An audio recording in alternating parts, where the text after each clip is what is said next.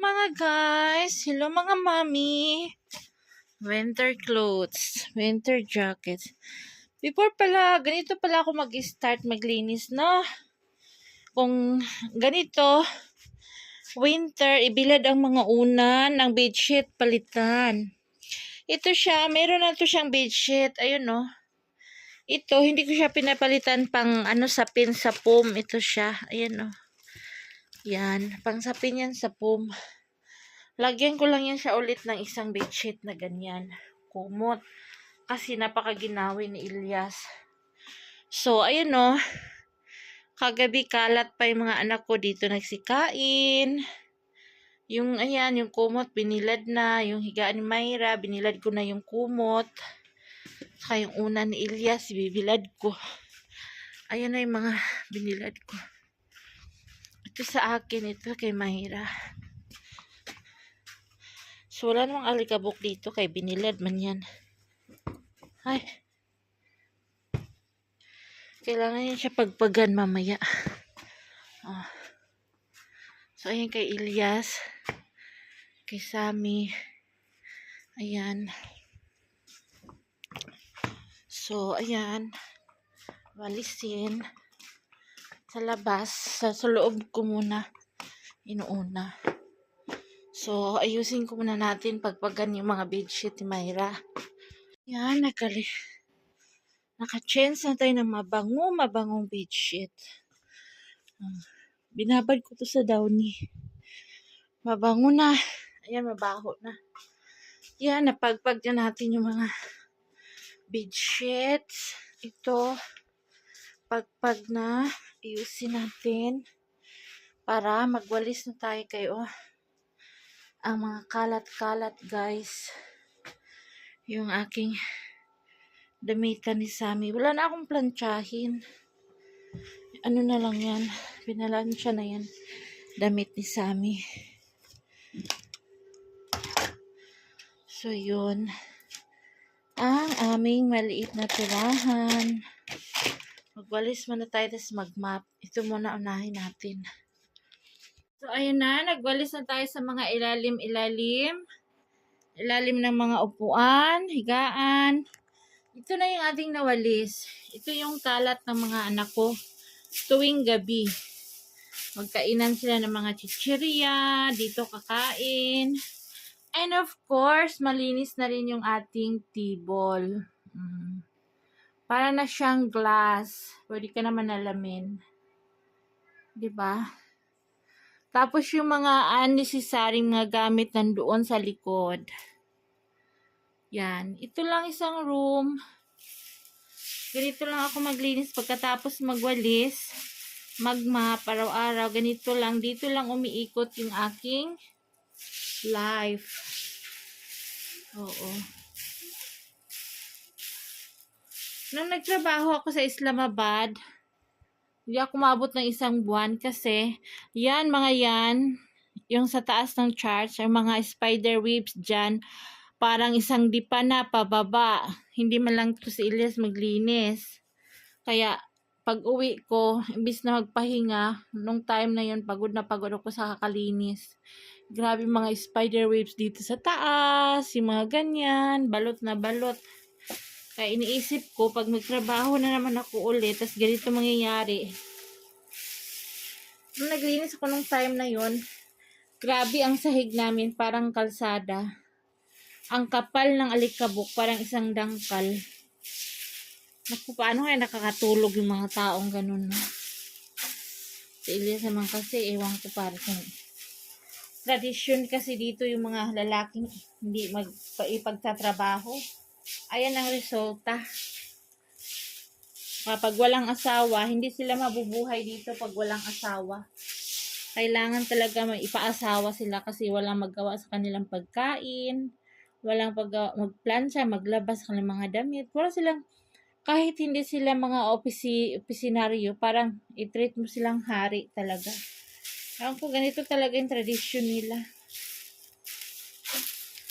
So, yun. Mag-map na tayo dahil kay maya-maya maggawa na naman tayo ng pagkain para sa mga bata. So, see ya. Ganito lang. Tapos na tayo mag-map mga sis. Ayan na.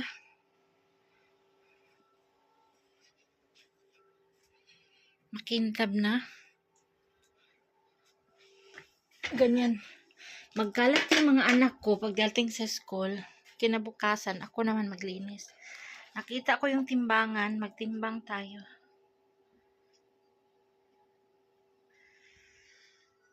Ito 7 ang kilo. Ulitin natin yung magpareho yung number.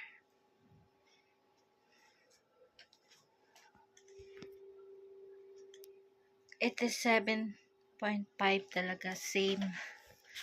87 kilo tayo mga sis. So dating 84, naging winter, naging 87 kilo.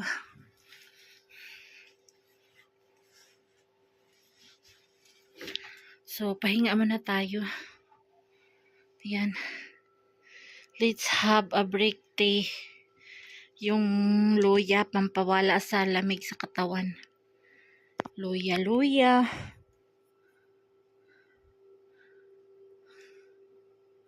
Alam nyo, marami ako nakita sa comments na i-change ang pintura ng room namin. Hindi naman kasi to amin, saka ready kami dito papaalisin. So, pininturahan ko na to siya isang beses. Dati ganyan ang kulay, so pininturahan ko dati before kami nagtira dito ng ganyan. White. So, ewan ko kailan mapinturahan ulit. Yan. Ganito ang problem sa Pakistan. Kasi nga sa weather nila, nagmo-mold yung mga simento kapag taglamig. Kapag tag-init, okay naman. Yung aming tuwalya. Linis na mga sis, pwede ka na maghiga-higa dyan. Ganyan lang, kailangan pag araw-araw kasi isang room lang. Tapos, yung chinilas, labas-pasok, kailangan mo talaga mapan araw-araw. Paggabi, pagdating ng mga anak ko, dyan sila kakain sa tanghalian. Paggabi naman, dyan pa rin. So, kalat talaga. Walang problema, nandito naman ako sa bahay. Kasama yung after ng mag-vlog na rin. Working home, kumbaga. Working working at home. Alagaan mo pa yung mga anak mo, kasama mo pa sila. Tapos, actually, so, meron naman ding, makakasahod naman din sa YouTube kahit papano, makapambili ng groceries. Kung ano lang meron, yun ang pagbudgetin. Ang mga nanay, marunong tayo, kung sa pag-aaral natin wala tayong mga award, pag naging asawa tayo, may mga anak na tayo, nagiging cum laude tayo, magna cum laude tayo sa ating pamilya. Kasi alam niyo kung bakit? Marunong tayo sa budgeting, marunong tayo sa mga HRM, yung mga ganyan, pag arrange, pag linis-linis, pagpalit ng bedsheet, yun na yun, baga, HRM, tapos yung chef o cooking, 'di ba? Lahat parang nagagawa natin, yung maglaba, planchadura, lahat parang imbes na nag-aral tayo para hindi man tayo nakatapos, pagdating na bahay natin, kapag may pamilya na tayo, nakuha natin ang lahat ng kurso, kumbaga nagiging daig pa natin ang nagtapos ng mga 10 years of degree holder dyan, no? Relate kayo mga sis? Grabe. Kapag nanay ka talaga, isipin mo, pagdating ng mga anak mo, ganito dapat, anong lutuin, bukas, sunod araw. Kaya talaga, pasok na pasok ang budgeting at ang financially,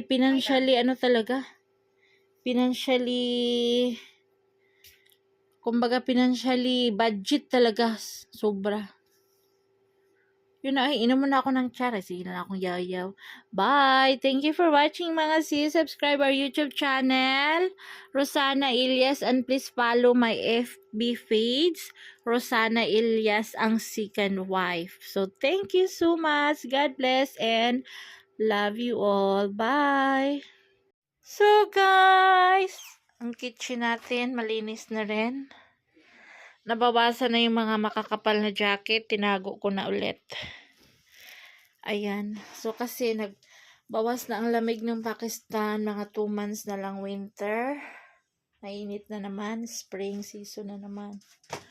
Shout out sa aking mga kayamanan. Ayan. Daling ko yun sa Philippines sa mga kaldero. Ang mahal na mga kaldero dito ngayon. Dati mura. Ngayon mahal na. Hindi ka na makabili. Hindi pa siya na-arrange. Mag-arrange pa ako dyan. Maghugas ako. Hugasan ko lahat yung mga yan. Hindi pa na-arrange ang aking mga shoes. Mga ano.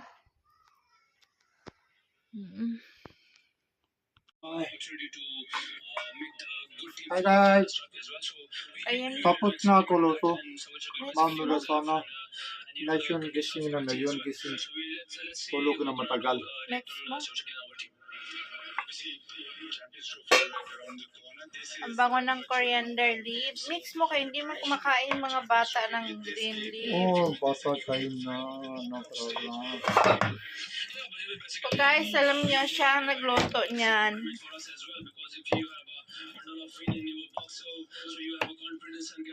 Ilang oras may niluto? Oh, no problem, very fast. So ngayon, 1 o'clock na, darating na yung mga kids.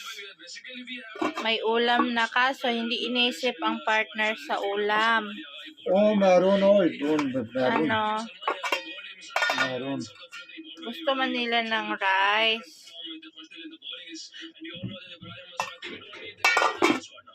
Cleaning fast, ganyan.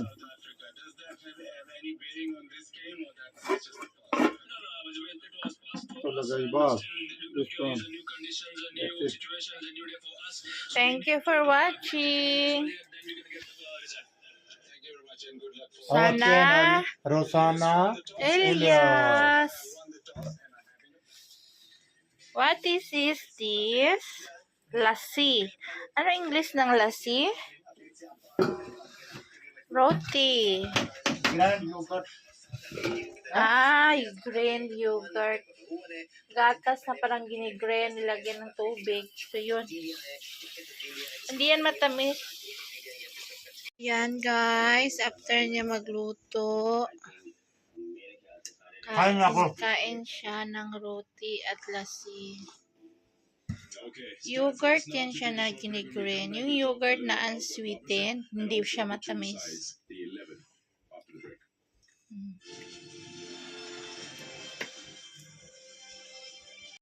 Hi guys! Hello mga sis! Kainan tayo, almusal, tanghalian, and hapunan. Isang bisis lang ako nakain ng rice sa isang araw. Try natin.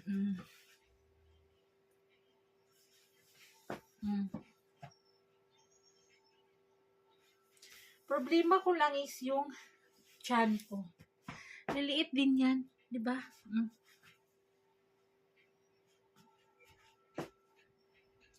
Ang problema ko is kuto-kuto. Sabi pa ng nanay ko dati, ikaw malaki yung tiyan mo, malaki yung kuto-kuto mo. Sabi ko, bakit ma? Hindi ka nakahaplas ng mga efficacent oil, yung mga ganyan-ganyan. Sabi niya. Hindi talaga ako mahilig yun ng ganyan. Kaya, kain na. Nag-igat-igat si Rosana for today's video, guys. Itlog, brown rice.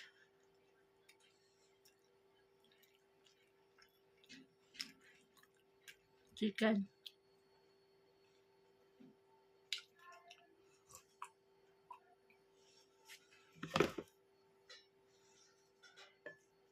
1 meal a day. Try natin 1 meal a day.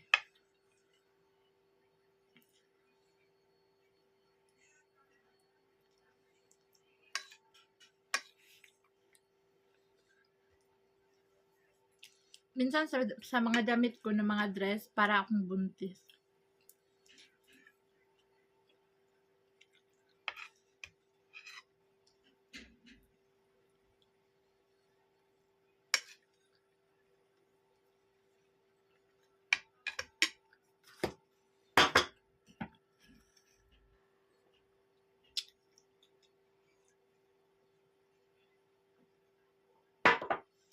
Ang aking kape ay walang katamis-tamis.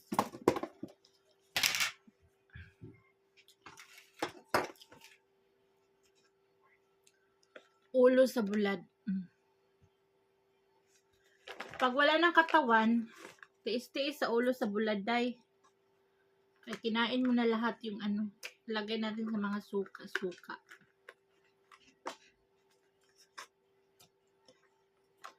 Ang in-order ko sa online mga sis is ganito lang talaga, tuyo sa mga Pinoy food.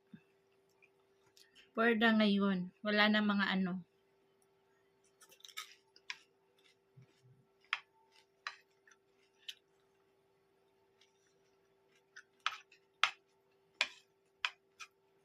Dati naka-online pa, maka-order pa ako ng mga corned beef. Ngayon, bulad na lang talaga.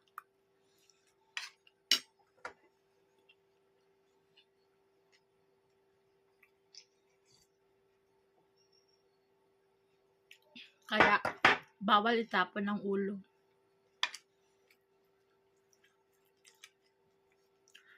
Tsaka yung pambansang ulam ko is itlog.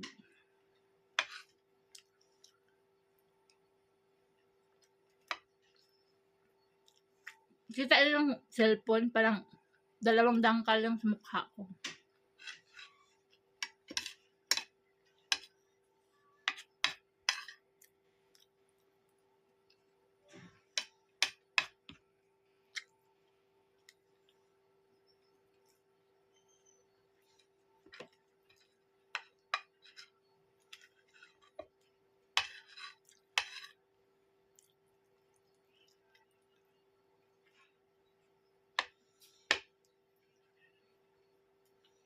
Fully loaded ng vitamin sa itlog.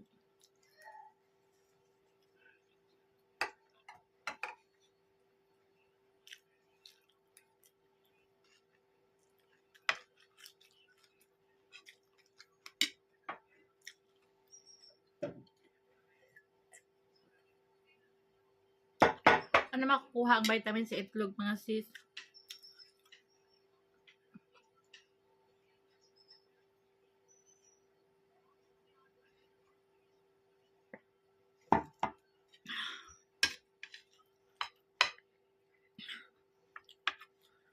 Makainom na kami ng maraming tubig kasi nga hindi na masyado malamig.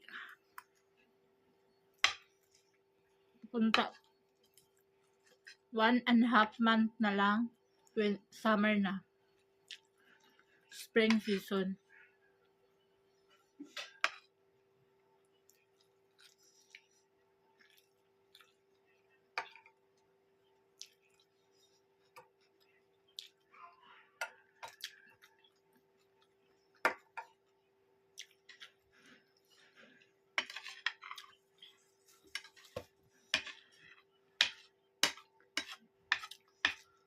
And welcome to my brown rice. May stock akong brown rice. Pag makapunta ako ng city, bibili ako ng 2 garapon, 2 buti. Kaabot ko ng mga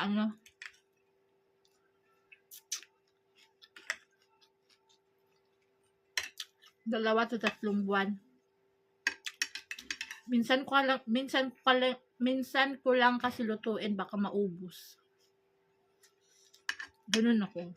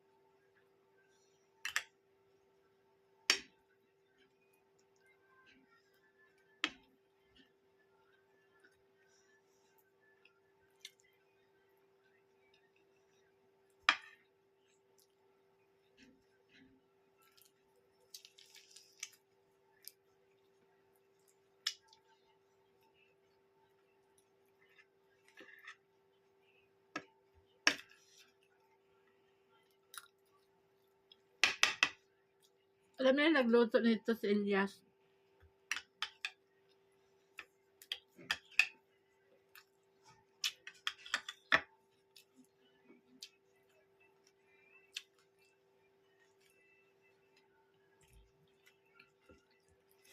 Mm.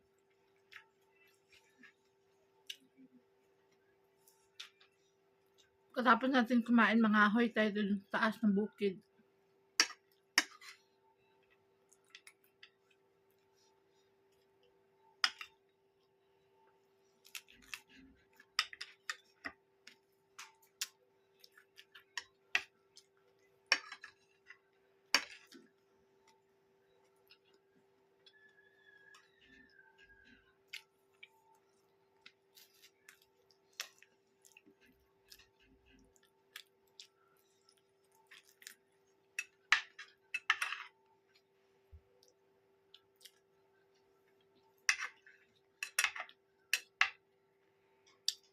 Pag masarap ang ulam, mag-video tayo.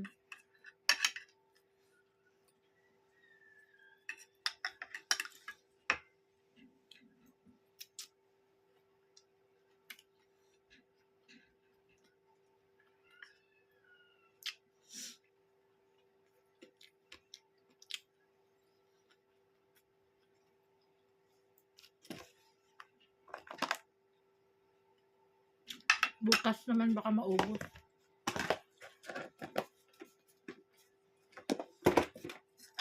Naibsan lang yung ano. Maibsan lang yung pagka-cravings mo sa bulad. Maktikim ka lang, okay na.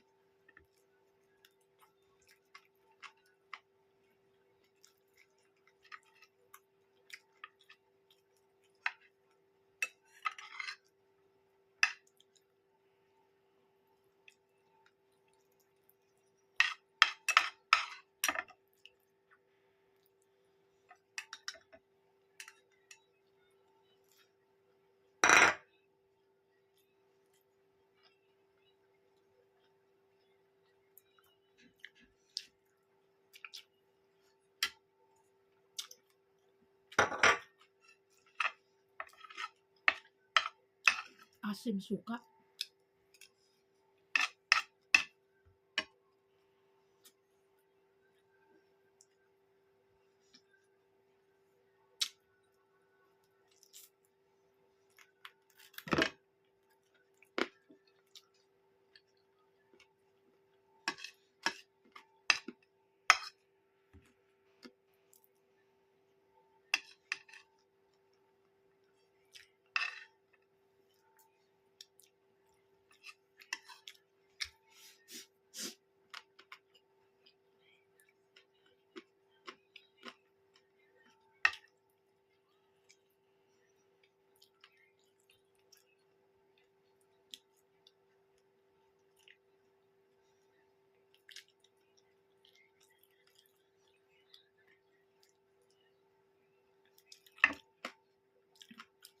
Hindi ko na nakita yung aking pusa ngayon.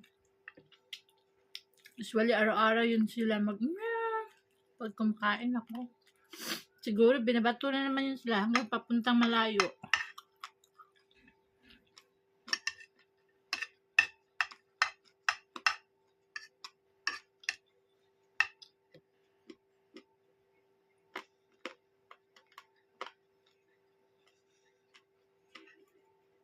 Minsan, pag wala akong ibigay, bigyan ko yan sila ng tag-isang hiwa.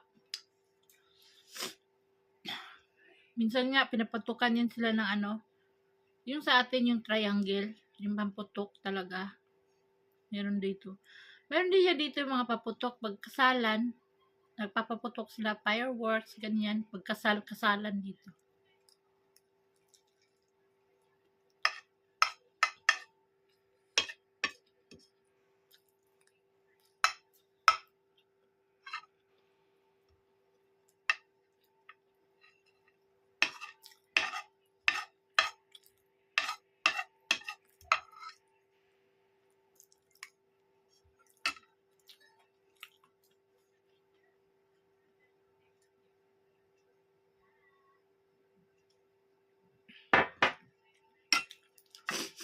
Tag-init na. Magpapawis na naman tayo.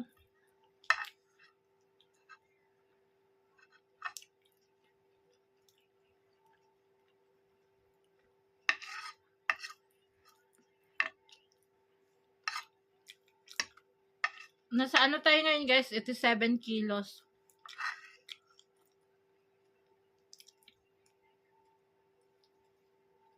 Dati 89 kilos ako. Ngayon 87.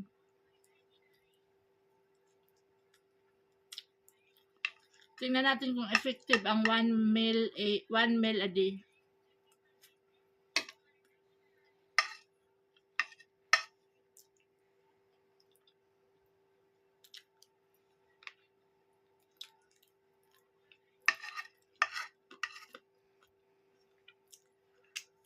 Pakistan time, 3 o'clock.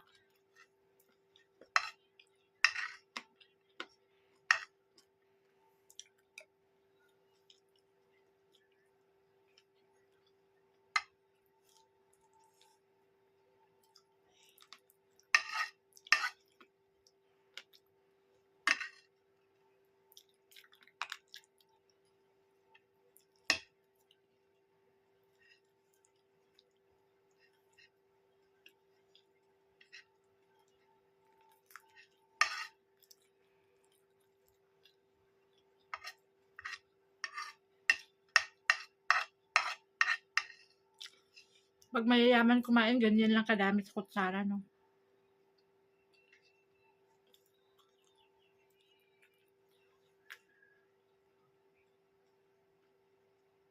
May buhok pa ni Elias. Ganyan lang kadami. Pero pag katulad ko na ano, patay gutom kumain, nako. Isang kutsara puno. Yun talaga. Wala tayong magagawa, ganun talaga ako.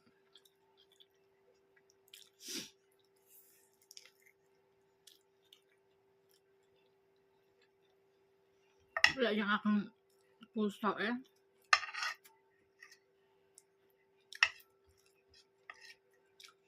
Umaga tanghali, andito pa naman sila.